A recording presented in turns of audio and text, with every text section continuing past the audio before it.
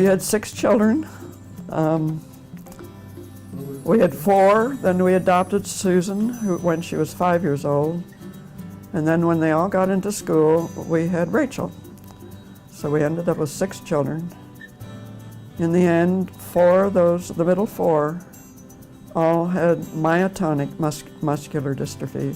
Looking back, we noticed that there were some problems, but with muscle, David was bow-legged or something, but it straightened out and he seemed quite normal, and they always wanted to play all the sports and everything. One of the problems with muscular dystrophy is it affects many parts of the body. It affects the lungs, can affect the heart, it affects the gastrointestinal system.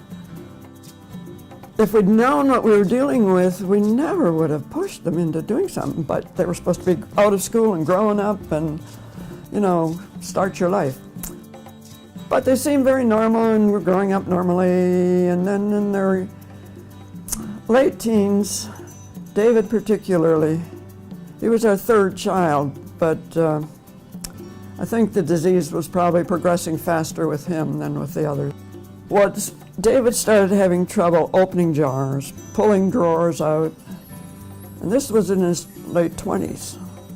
Couldn't keep a job, didn't have, was tired all the time. So his doctor finally sent him off to a neurologist. The neurologist took one look at him and sent him down to Philadelphia to get tested at the University of Pennsylvania Hospital. And they had just created a blood test I was looking it up in my book here, in 1992. They had a definitive blood test. This was 1995, that they were able to say, yes, he's got muscular dystrophy. Why other doctors hadn't picked up on it, I don't know, because he had been through lots of doctors. Well, then we got a diagnosis. Well, now what do we do? There's no cure. The stage where we knew they had a disease but weren't quite serious enough that they couldn't get Medicaid and stuff was very difficult, trying to figure out how to get them jobs because we wanted them to be as independent as possible. We've started spending more time playing games with them and stuff. I spent a lot of time making puzzles with Katie. It was something we could do together without any arguments or any upsets.